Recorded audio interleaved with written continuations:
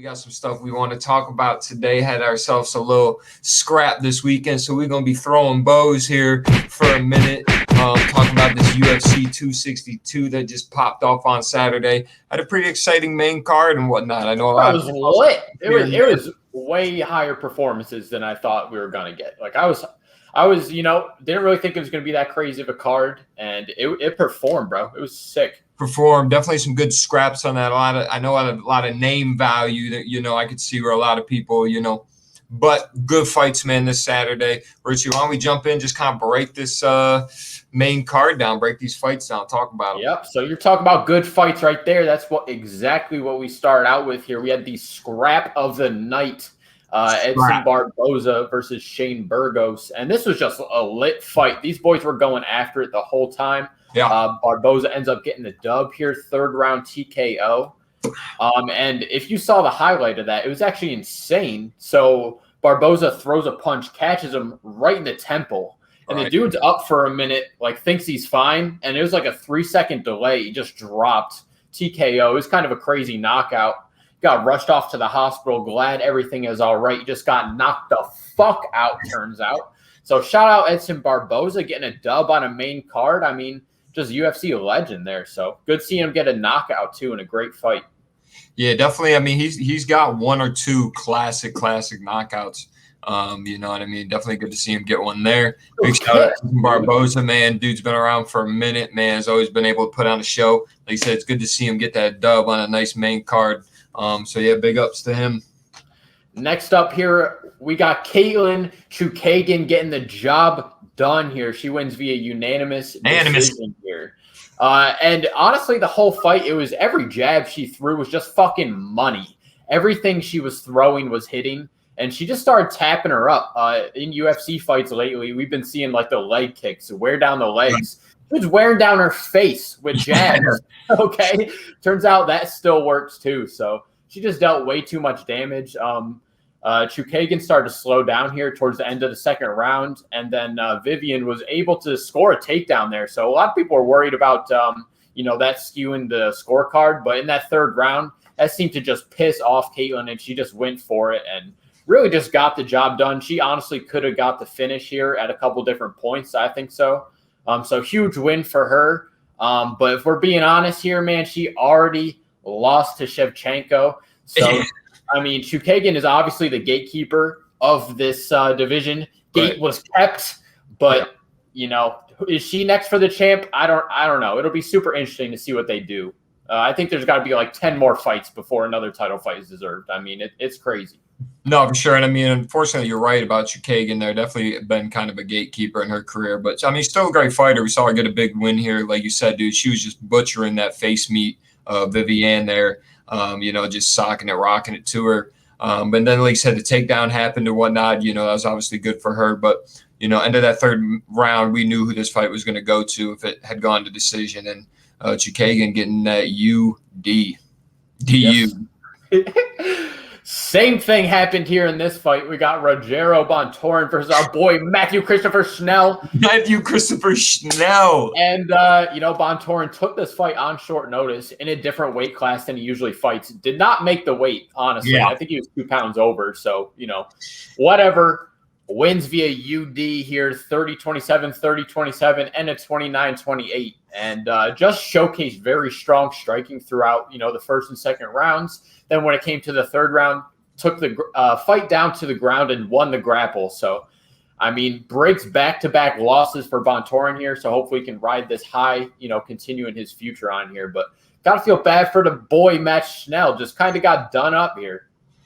Yeah, no, obviously big win for Bontorin. Been on a little bit of a skid. That's big for him to go and win that fight on a main card. And, yeah, hopefully he can take a little more momentum into this division and maybe look to try and climb up the ranks here. But, yeah, down bad for my boy Matthew Christopher Schnell. I did like him going into this fight for sure. I did take Bontorin, but a little scrap, dude. Kind of just got dealt with out there in that octagon. So big shout out, Matthew Christopher Schnell. Yeah.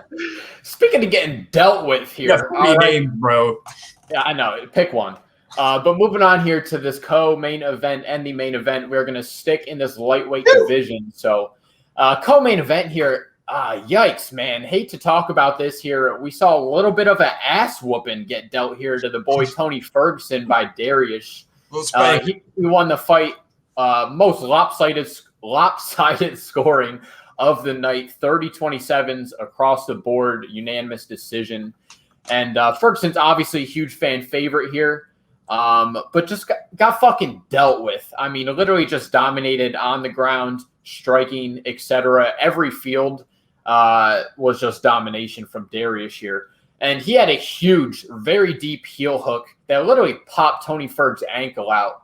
And here's a quote from Darius here. He said, Tony looked at me like nothing happened, but I felt it pop. He's a zombie, no doubt about it. So, I mean, give the props to Tony Ferg, even from his opponent here. But I don't think this is the fight that retires him, but another loss surely will. So, I mean, got a fucking ass whooping. I mean, you gotta look at it how it is. No, it's definitely facts, man. And I know Tony Ferguson, another guy, been in UFC for a long time, man. It is a legend. I know fans love that guy.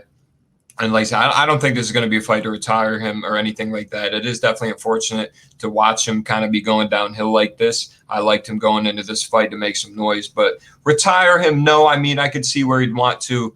He could always, I think, I don't know, man. You take this many losses in a row coming from where Tony Ferguson has been, that is probably definitely tough and whatnot. And, he's never really been the guy outside of like a UFC like that, like a Conor or something, to where, I mean, I think Tony will be all right. He could fight for as long as he wants. Fans are going to want to watch Tony Ferguson fight. There's no doubt about that. But gotta stop losing, man. He just had some injuries, man, just been kind of losing. I mean, his name's still going to be good in the UFC, man, but he can either look to try to keep taking these fights with guys that I think just right now are kind of better than him, or like you said, maybe just lower his role a little bit. I think they need to throw him, give this guy a headline at one of the other Saturday events and stuff they do. You know what I mean? For just sure. fight nights, and give him a little bobber here too, man. Let Tony get back on his shit real quick. Get him some dubs. Let him eat. Put him against some fucking Joe Schmoes out there. But big shout out Beneil Darius, dude, for just kind of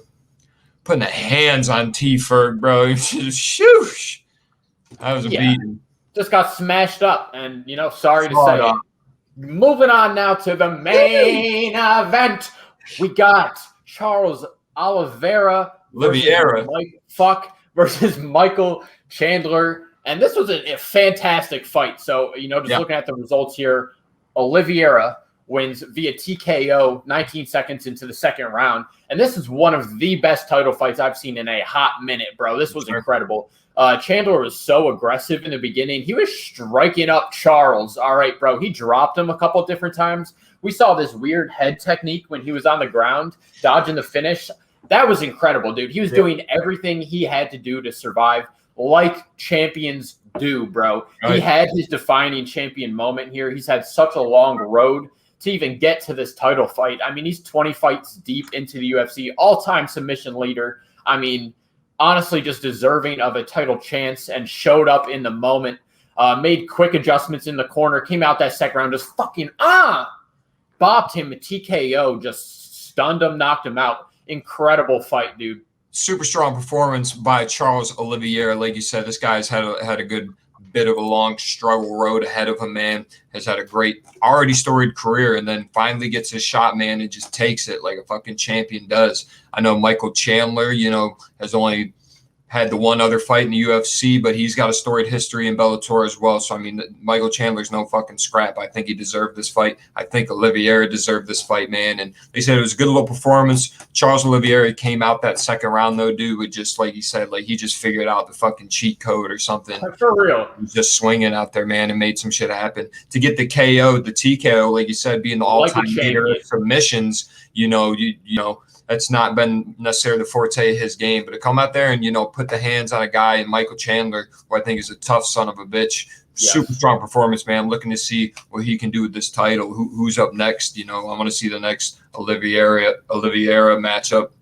Well, this lightweight division is stacked right now. Don't forget about Dustin. Don't forget about Conor. There's some fights to be made here. So shout out UFC 262. What a great event. Perfect.